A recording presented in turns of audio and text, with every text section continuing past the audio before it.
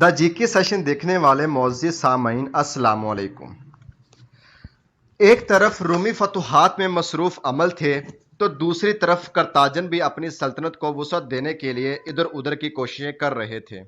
رومی اور کرتاجن کی مہمات کے نتیجے میں ہم کرتاجنہ کو رومیوں کے خلاف ایک روایتی حریف کہہ سکتے ہیں۔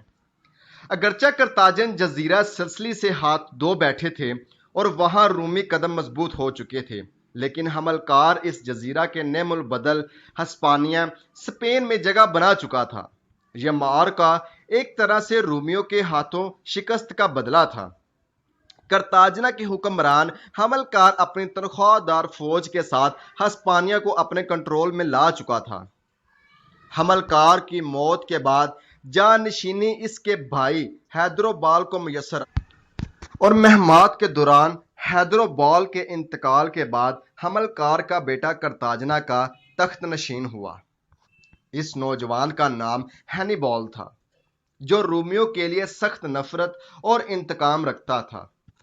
وہ پہلے دن سے ہی رومیوں کو زیر کرنے اور ان سے اپنے علاقے واپس لینے کی ٹھان چکا تھا۔ اس کے حوصلے بلند اور عزم مضبوط تھا۔ فوج کی کمان سنبھالتے ہی ہینیبال سگنٹم پر قبضے کی غرض سے چڑھائی کرنے کے لیے آگے بڑھا۔ خطہ مذکورہ کے باشندوں نے ہینیبال کی پیش قدمی کے خلاف رومیوں سے مداخلت، مدد اور حفاظت کی درخواست کر دی۔ ابھی تک رومیوں کو ہینیبال سے کوئی واسطہ نہ پڑا تھا۔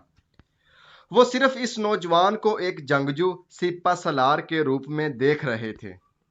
رومی فتوحات اور کامیابیاں سمیٹتے ہوئے کسی کو بھی اپنے خلاف بڑا خطرہ نہیں سمجھتے تھے، لیکن ہینیبال رومیوں کو خوب سمجھتا تھا۔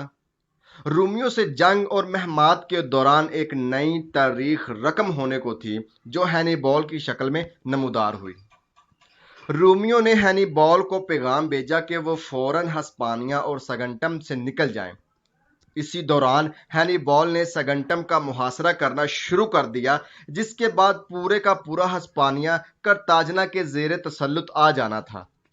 قریباً 8 ماہ کے عرصے کے بعد کرتاجنہ کے ہیرو ہینیبال کا سگنٹم کی شکل میں فتح نصیب ہوئی، لیکن اس سے یہ بات مکمل طور پر واضح ہو گئی کہ اب ہینیبال اور رومیوں کے درمیان جنگ ضرور ہوگی۔ ہینیبال کو شکست دینے کے لیے رومیوں نے فوجیں تیار کیں اور ہسپانیہ کی جانب رخ کرنے کا ارادہ کیا۔ رومیوں کا گمان تھا کہ ان کا سامنا ہینیبال سے غالباً ہسپانیہ میں ہوگا۔ تاریخ یورپ میں فن حرب و سپہ گیری میں ہینیبال کا کوئی مد مقابل نہیں۔ مورخین اس کے قد کاٹ اور جنگی حکمت عملی کے معترف ہیں۔ رومیوں کے خلاف جتنے عرصے تک کرتاجنہ کے درمیان جنگ جاری رہی، وہ ہینیبال کی دلیری، قابلیت اور اس کے بہتر استعمال کا نتیجہ تھی۔ ہینیبال کے موازنے میں سکندر اعظم، نپولین بوناپارٹ اور جولیس سیزر بھی شامل ہیں۔ یہ سبھی جنرلز بھی تاریخ میں ایک مقام و مرتبہ رکھتے ہیں، لیکن جو کمال فن حرب ہینیبال کے حصے میں آیا وہ ان میں سے کسی کو نصیب نہیں ہو سکا۔ ہینیبال کے متضاد ان سپہ سالاروں کا واسطہ اپنے سے کمزور حریفوں اور دشمنوں سے پڑا۔ ہینیبال ان سب سے الگ تھا۔ اس نے نہ صرف کرتاجنہ کا مضبوط دفاع کیا بلکہ روما پر متعدد بار حملہ آور بھی ہوا۔ اس عظیم سپہ سالار نے رومیوں کو اس وقت ٹف ٹائم دیا جب وہ اپنے عروج پر تھے۔ رومی فوجیں ہسپانیہ کی طرف پیش قدمی کرنے والی ہی تھیں کہ ہینیبال نے خود اطالیہ پر حملہ کر دیا۔ یہ حملہ ایک طرح کا سرپرائز تھا جس کی توقع رومی نہ رکھتے تھے۔ رومیوں کو جب اندازہ ہوا کہ دشمن خشکی کے راستے کو آلپس کو عبور کر کے ان کے دروازے تک آن پہنچا ہے تو ان کو اپنی فوجیں ہسپانیہ سے واپس بلانا پڑیں۔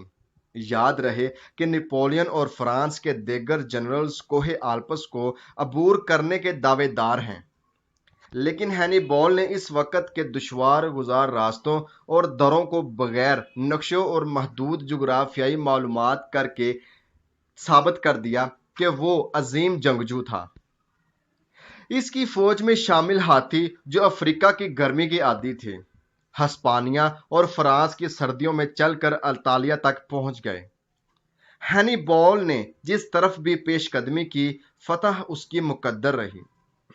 رومیوں کو بار بار شکست ہوتی رہی، حتیٰ کہ ان کی جمہوریت سینٹ کی کمر ٹوٹ گئی۔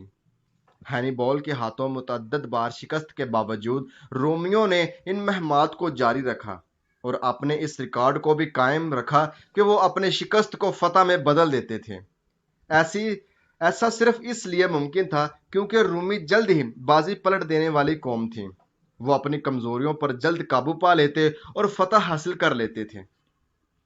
ہینیبال کی فتوحات میں یہ عنصر غالب تھا کہ اسے مزاحمت میں کوئی طاقت نہ روک سکتی تھی، لیکن جلد ہی رومیوں نے اس کی کمزوریوں کو بھانپ لیا اور اپنی شکست کا حل ڈھونڈ نکالا۔ وہ جان چکے تھے کہ ہینیبال کو صرف محاصرہ کرنے اور جگہ جگہ محدود جھڑپوں سے پریشان کرنے پر ہی وہ فتح یاب ہو سکتے ہیں۔ محاصروں کے ذریعے رومی ہینیبال کو شکست دینے لگے۔ دوسری طرف ہینیبال کو بار بار مقامی لوگوں سے عدم تعاون اور مداخلت کی وجہ سے کئی بار پریشانی کا سامنا کرنا پڑا۔ ایسی مشکلات سے اس کی طاقت میں بتدریج کمی ہوتی رہی، ایسے میں بغاوتیں بھی ہوتی رہیں۔